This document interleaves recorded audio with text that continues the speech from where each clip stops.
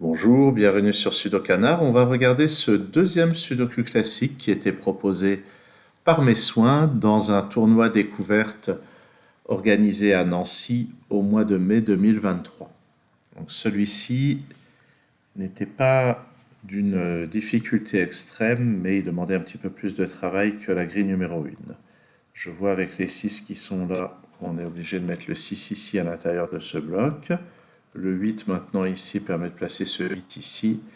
Ici, il nous manque un 7 et un 9. Je vais les noter, on ne sait jamais. On peut remarquer qu'on a sur cette ligne 1, 2, 3, 4, 5, 6. Donc il nous manque 7, 8 et 9. Là, il y a 7 et 8. Donc ça, c'est un 9. Et on a le 7 et le 8 qu'il faudra placer à un moment par ici. Je remarque ces 1 ici. Avec ce 1, ça permet de placer un 1 là.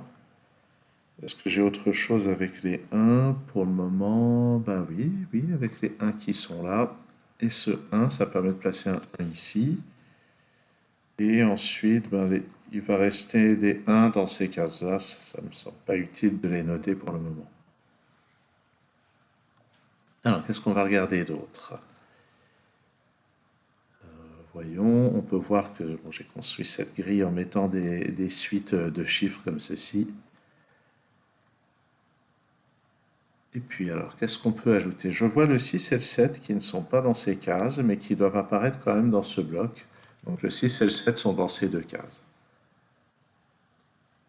Par conséquent, les chiffres qui apparaissent ici, attendez, je vais d'abord faire des déductions un peu plus directes. Je vois les 4 qui sont là et qui permettent de placer un 4 ici. Je vois quoi d'autre? Ben, je ne sais pas. Rien de complètement immédiat dans la foulée. Ah oui, le 6, ce 6 qui est là et ce 6 ici, ça nous dit qu'il y a un 6 quelque part par là. Donc finalement, ça c'est pas un 6, c'est un 7, c'est un 6. Et ce 7 me libère cette paire 8 et 7. Voilà des déductions. Et maintenant, avec ces deux 7 qui sont là et ce 7 ici, on peut placer un 7 là.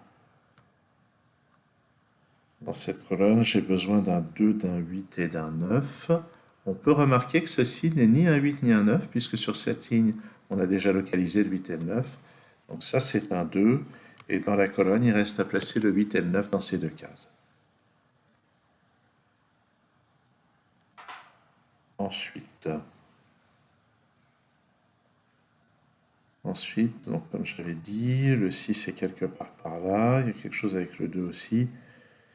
Ah oui, avec les 9 qui sont là, on peut placer un 9 là. Où est-ce qu'on va regarder maintenant? Donc, ce 9 est intéressant parce qu'il nous indique que dans cette colonne, le 9 est quelque part par là. Mais grâce à celui-ci, on peut éliminer cette case. Et grâce au 9 qui est quelque part là-dedans, on peut aussi éliminer cette case et placer ce 9. Ensuite, dans cette colonne, il nous manque maintenant un 7 quelque part. Et grâce aux 7 qui sont là, on peut placer le 7 ici. Et les deux chiffres restants sont un 3 et un 8. Ensuite, je remarque en fait avec ce 3 et ce 3 que je peux placer le 3 ici. Et ça, c'est un 8. Ensuite,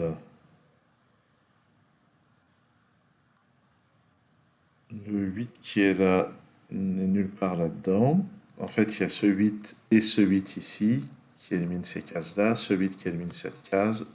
On a un 8 ici. Là-dedans, les chiffres manquants sont le 1, le 2 et le 5. On remarque qu'ici, il y a un 1 et un 5, donc ça c'est un 2. Le 1 et le 5 sont là, ici j'ai un 1, donc ça c'est le 5, ça c'est le 1. Et on va compléter cette ligne avec un 3. Dans cette colonne, il nous manque 1, 4 et 5. Avec les 1 qui sont là, on peut placer le 1 ici. Et ça c'est une paire avec un 4 et un 5. Cela dit, sur cette ligne, il me manque encore le 5 et le 6. Donc le 5 n'est pas là. Ça c'est le 4, ça c'est le 5, et ça c'est un 2 pour compléter. Ce 2 ira quelque part par là. Pour le moment, j'en sais pas plus. Alors notons, qu'est-ce qu'on va noter? Les 7 qui sont là interdisent d'avoir le 7 ici, mais il faut bien qu'il apparaisse quelque part sur la colonne, donc c'est ici.